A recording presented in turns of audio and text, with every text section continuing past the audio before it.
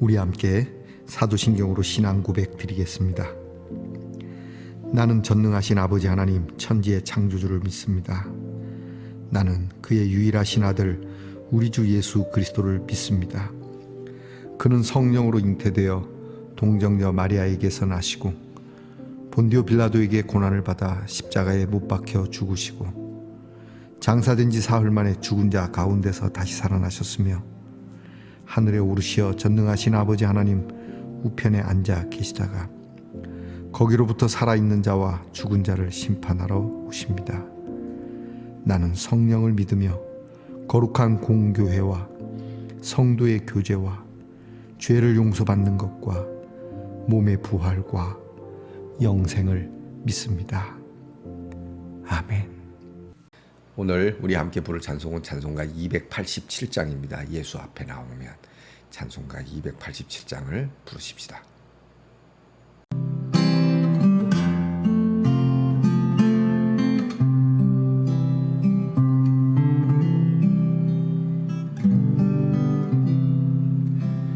예수 앞에 나오면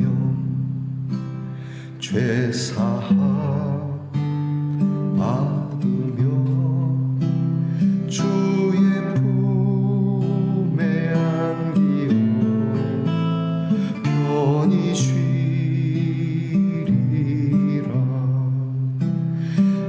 우리 주만 믿으면 모두 구원 얻으며 영생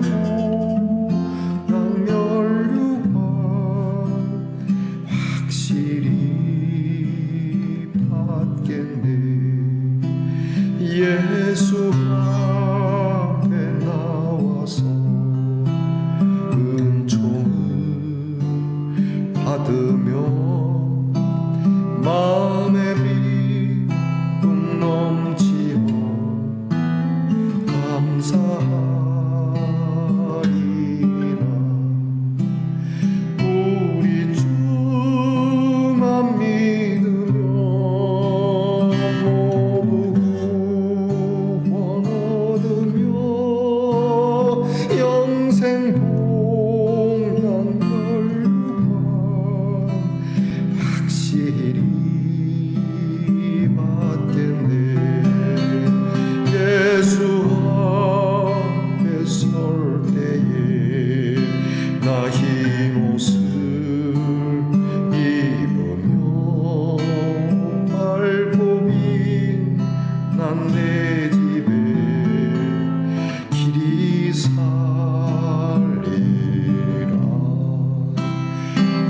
우리 주만 믿으면 모두 구원 얻으며 영생 낭멸류관 확실히 받겠네. 우리 주만 믿으면 모두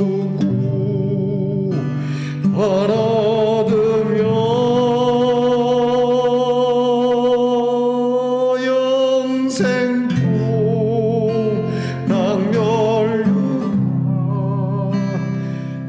확실히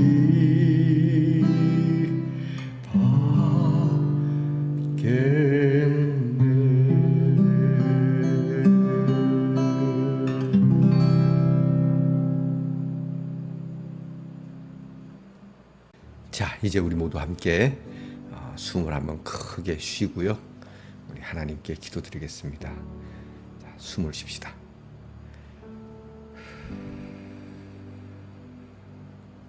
기도하겠습니다. 긴 연휴를 끝내고 이렇게 다시 일상으로 돌아와 하루를 시작합니다.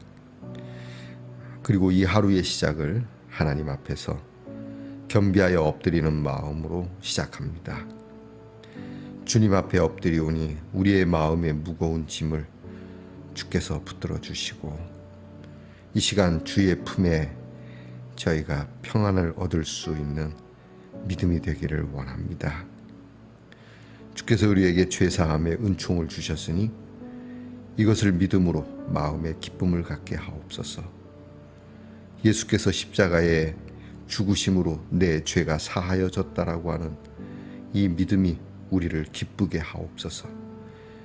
이것이 부담스럽거나 또한 불신으로 주님 앞에 있지 않기를 원합니다. 오히려 감사함으로 다시 입혀주신 이 흰옷을 잘 성결하게 입을 수 있고, 이 옷을 입음으로 예수 그리스도의 옷을 입은 모든 성도들과 함께 밝고 빛난 하나님의 집에서 영원토록 사는 이 소망 가운데 오늘도 확실한 믿음으로 승리하게 하옵소서. 긴 연휴로 혹 피곤하거나 아직도 쉼이 필요한 우리의 성도들의 몸과 마음을 위로해 주시고 건강하게 해주시기를 원합니다. 무엇보다 몸이 아파서 하나님 앞에 늘 엎드려 건강이 회복되기를 기도하며 치료하는 성도들을 기억하시고, 하나님께서 직접 친히 손을 내밀어 치료해 주시는 귀한 기적이 있게 하여 주시옵소서. 하나님, 무엇보다도 아픈 가운데 하나님의 뜻을 따라 기도하며 사는 것도 죽는 것도 다 주의 은혜 가운데 주의 영광을 위하여 선택할 수 있는 믿음이 충만해지는 시간 되게 하옵소서. 오늘도 우리의 자녀들을 위해서 기도합니다.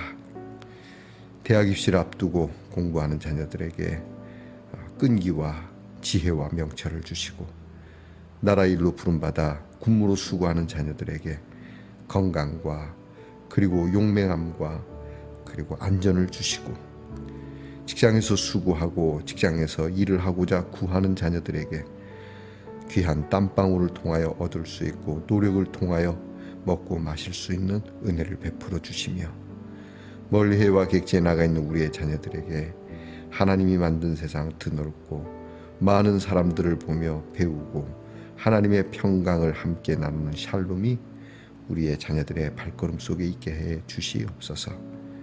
말씀을 열어 이제 연휴 동안 잠깐 쉬었던 예레미야의 말씀을 다시 상고하고자 합니다. 우리의 묵상 가운데 찾아오셔서 하나님께서 친히 가르쳐 주시는 말씀이 되게 하옵소서. 예수님 이름으로 기도하옵나이다. 아멘. 오늘 함께 묵상할 예레미야의 말씀은 예레미야 2장 29절부터 37절까지의 말씀입니다. 예레미야 2장 29절부터 37절까지의 말씀을 저와 함께 같이 읽겠습니다. 너희가 나에게 대항함은 어찌 됨이냐? 너희가 다 내게 잘못하였느니라. 여호와의 말씀이니라. 내가 너희 자녀들을 때린 것이 무익함은 그들이 징계를 받아들이지 아니함이라. 너희 칼이 사나운 사자같이 너희 선지자들을 삼켰느니라. 너희 이 세대여 여호와의 말을 들어보라. 내가 이스라엘에게 광야가 되었었느냐? 캄캄한 땅이 되었었느냐? 무슨 이유로 내 백성이 말하기를 우리는 노였으니 다시 죽게로 가지 아니하겠다 하느냐? 처녀가 어찌 그의 패물을 입겠느냐? 신부가 어찌 그의 예복을 입겠느냐? 오직 내 백성은 나를 잊었나니 그 날 수는 셀 수 없거늘. 네가 어찌 사랑을 얻으려고 네 행위를 아름답게 꾸미느냐?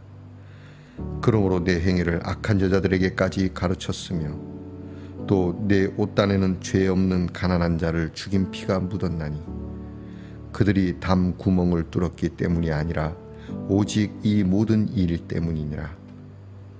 그러나 너는 말하기를 나는 무죄하니 그의 진노가 참으로 내게서 떠났다 하거니와 보라, 네 말이 나는 죄를 범하지 아니하였다 하였으므로 내가 너를 심판하리라. 네가 어찌하여 내 길을 바꾸어 부지런히 돌아다니느냐? 네가 아수르로 말미암아 수치를 당함같이 또한 애굽으로 말미암아 수치를 당할 것이라. 내가 두 손으로 내 머리를 싸고 거기서도 나가리니 이는 내가 의지하는 자들을 나 여호와가 버렸으므로 내가 그들로 말미암아 형통하지 못할 것임이라. 아멘. 말씀의 동산 성도 여러분, 긴 연휴 동안 잘 지내셨습니까? 주님의 이름으로 다시 문안드립니다. 자, 여러분, 이 연휴 동안 많이 피곤하시고 힘드셨을 텐데 또 시원한 물 한 잔 또는 좋은 음료 한 잔으로 여러분의 피곤함을 달래보는 것도 좋을 것 같습니다. 그래서 준비했습니다. 자, 여러분, 오늘은 어떻습니까? 예, 좋습니다. 좋습니다. 사랑을 마셔보시죠. 예레미야 7번째 시간입니다. 오늘 말씀에는 이스라엘, 그러니까 이제 남유다죠. 남유다의 정치적으로 외교적으로 정말 고통스러운 상황을 예언하는 말씀이 나타나고 있습니다. 그것은 이제 아수르가 침공하게 되고 아수르에게 많은 조공을 바치게 되는 게 이제 히스기야 왕 때거든요. 그러니까 1차 조공으로도 모자라 더 많은 조공을 바치지만 결국 아수르에 의해서 처참하게 이제 이렇게 전쟁을 통해서 폐허가 되는 상황이 되고요. 그뿐이 아니라 이제 아수르를 대항하기 위해서 애굽의 외교를 열어서 애굽으로 좀 그런 도움을 받을까 했는데 오히려 애굽은 이렇게 볼모로 왕실의 사람들을 잡아가게 되는 비참한 상황을 맞이하게 됩니다. 그러니까 북쪽으로나 뭐 서남 쪽으로나 외교적으로 아무런 도움이 안 되는 어느 나라에도 도움을 받을 수가 없는. 여러분 사실 우리가 지금 미국하고 혈맹 관계이긴 합니다만은 지금 제법 오랫동안 지속됐지만 모르는 겁니다. 역사에 의하면 한 100년, 200년은 아무것도 아니니까요. 우리 스스로가 힘을 갖고 와야 되겠죠. 근데 오늘 성경의 예레미야 선지자는 이것이 외교를 잘못한 문제가 아니고 또 국방의 문제가 아니고 무슨 문제다? 하나님과의 관계의 문제라고 말씀하고 있는 거죠. 늘 그렇게 말씀하는 겁니다. 여러분, 우리가 내면이 잘 되고 영성이 분명할 때 우리의 사회와 우리의 국방과 우리의 외교도 튼튼한 것이지 우리의 내면이 되지 않고 이런 것들을 해놓겠다는 건 껍데기에 불과합니다. 예전에 중동에 전쟁이 났을 때 이집트가 훨씬 더 좋은 무기와 많은 무기를 가지고도 이스라엘에게 패배했습니다. 뭐가 문제였을까요? 그렇죠. 내면에 문제가 있었던 것이죠. 그러니까 이게 좋은 거를 갖고도 망가질 수 있는. 요즘 러시아가 그렇지 않습니까? 더 많은 무기, 더 좋은 무기, 더 많은 군인들을 가지고도 아직까지도 전쟁을 끝내지 못하는 문제가 내면의 문제였던 것이죠. 자, 이 내면의 문제에 있어서 가장 중요한 건 하나님하고의 관계의 문제인 겁니다. 그래서 하나님께서 선지자 예레미야를 통해서 또 수많은 선지자를 통해서 그렇게 말씀하시는 것이죠. 결국 오늘 하나님의 말씀을 살펴보면 하나님의 많은 은혜 속에 살았음에도 불구하고 너희는 나를 버렸다. 마치 신부가 신랑이 보내어준 그 약속의 폐물, 요즘으로 말하면 이제 약속의 징표죠. 이 징표를 보면서 서로를 생각하고 살아가면서 이것이 힘이 되고 기쁨이 되고 은혜가 돼야 되는데 이것을 버린 것과 같은 삶을 너희가 살았다. 애굽 땅에서 구해낸 하나님, 이 하나님을 잊어버렸다. 조상의 하나님일 뿐 우리의 하나님은 아니다. 자녀들에게 하나님께서 그렇게 교훈하고 책망하고 했어도 너희의 자녀들을 교훈한 것이 백해무익하다 하실 정도로 이스라엘의 타락성을 보이고 있는 겁니다. 이스라엘의 가장 큰 문제는 우상의 영입이죠. 많은 신들을 가지고 와서 솔로몬 말기 때처럼 수많은 우상들을 가지고 아무 끼나 믿으면 되지 이렇게 만들어버린 것이죠. 자, 오늘 성경에 하나님 앞에 이제 이스라엘 백성들이 행하는 모습에 책망을 하나님이 하시는데 그 책망의 내용이 구체적입니다.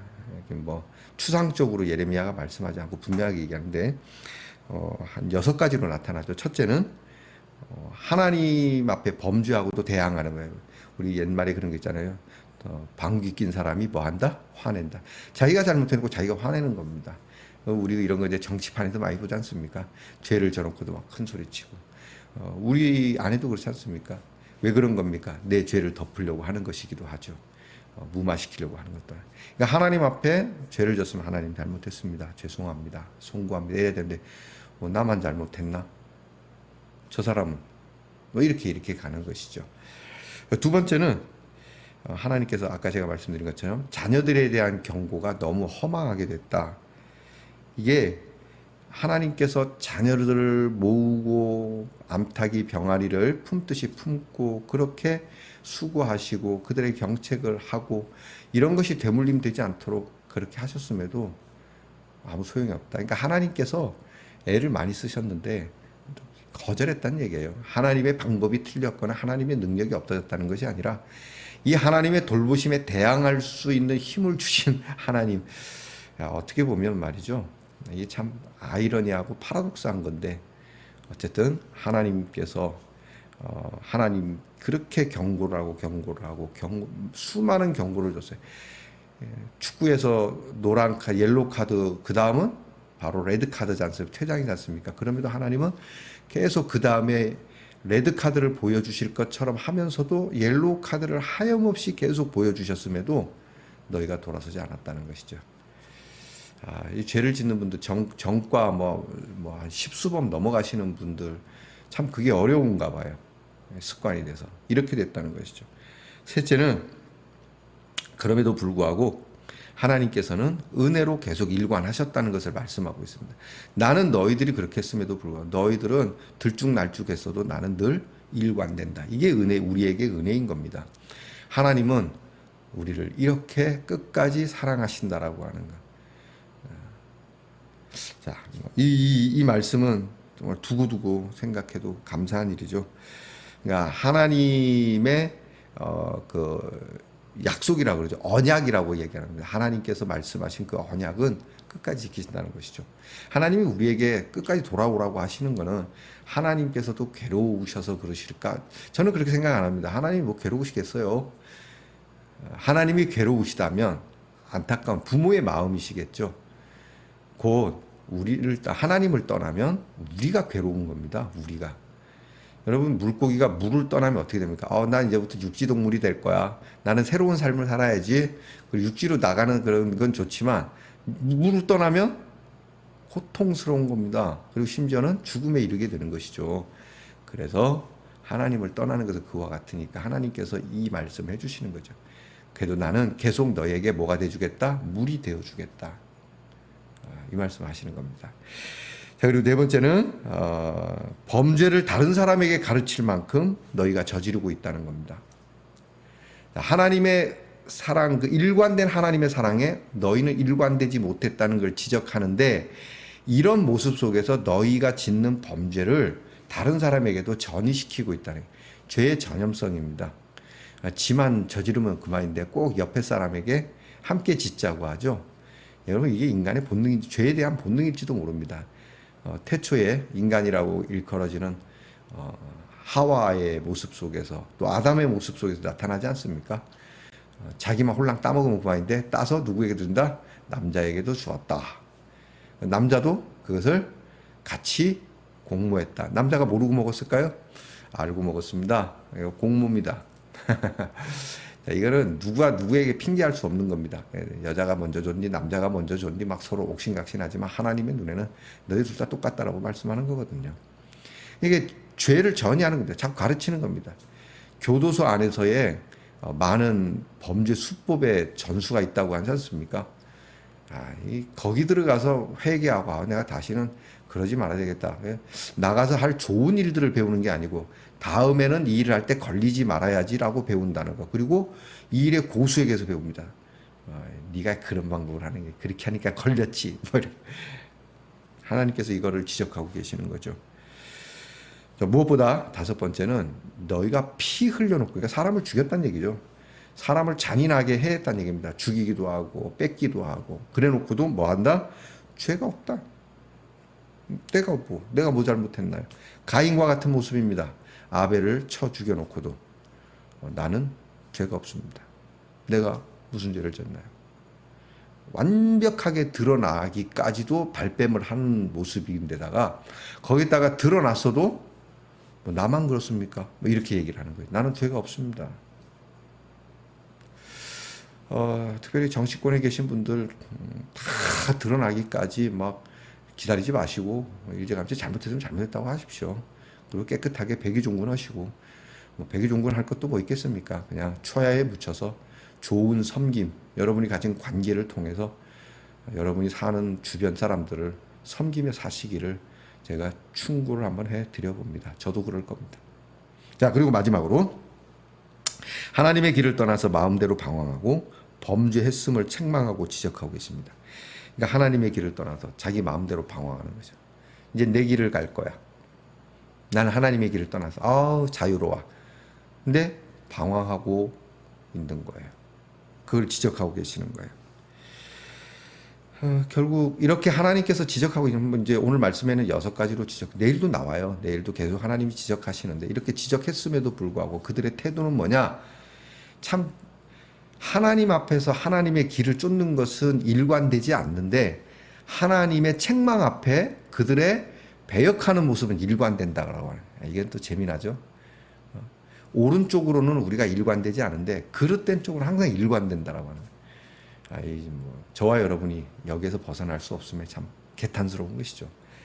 오늘 어떻게 이들은 그 표현을 하냐면 첫째는 오늘 성경 말씀 너희가 선지자들을 삼켰다. 그러니까 이렇게 하나님의 말씀으로 지적하고 책망하는 선지자들을 삼키는 겁니다.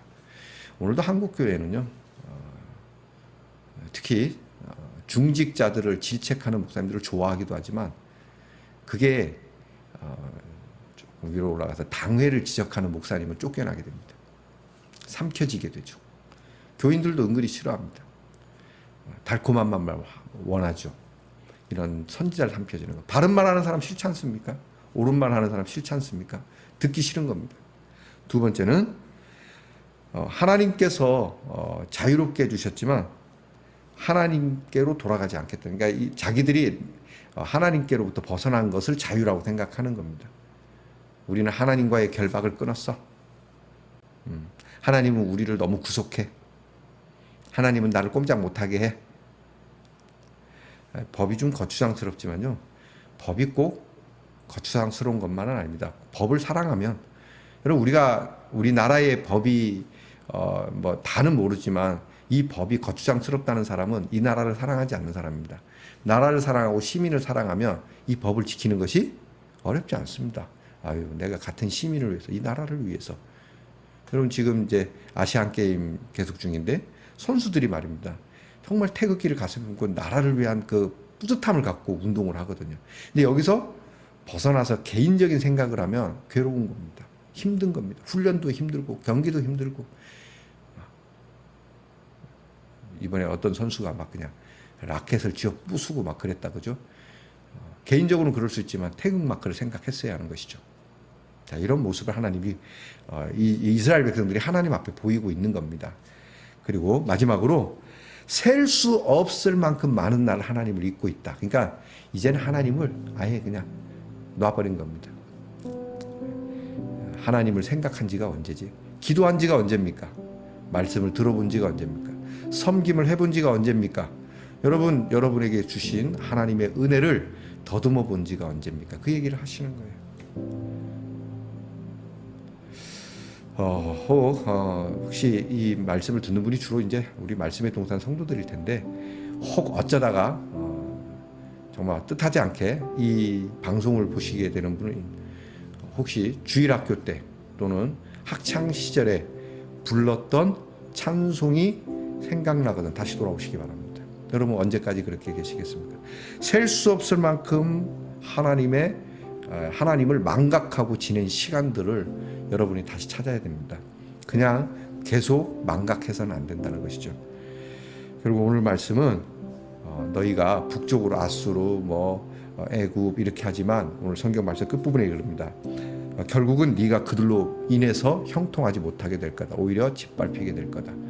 여러분 세월이 여러분을 속일 것이고 여러분이 수고했던 모든 것들이 허사로 돌아가게 될 것이고 여러분들은 개탄스럽게 입에서 신음을 토하며 정말 한스러운 숨을 내쉬며 세상을 떠나게 될 겁니다. 오히려 감사함과 기쁨과 찬송으로 여러분의 인생을 결론 짓고 싶다면 돌아와야 된다는 하나님의 말씀을 오늘 해주시는 겁니다. 예수 앞에 나오면 모든 죄 사함을 받을 수 있습니다. 이것이 우리들의 믿음이고 이것이 하나님의 큰 은혜라고 하는 것을 여러분이 여러분의 자녀가 아무리 잘못해도 와서 잘못했습니다 하면 받아주지 않겠습니까?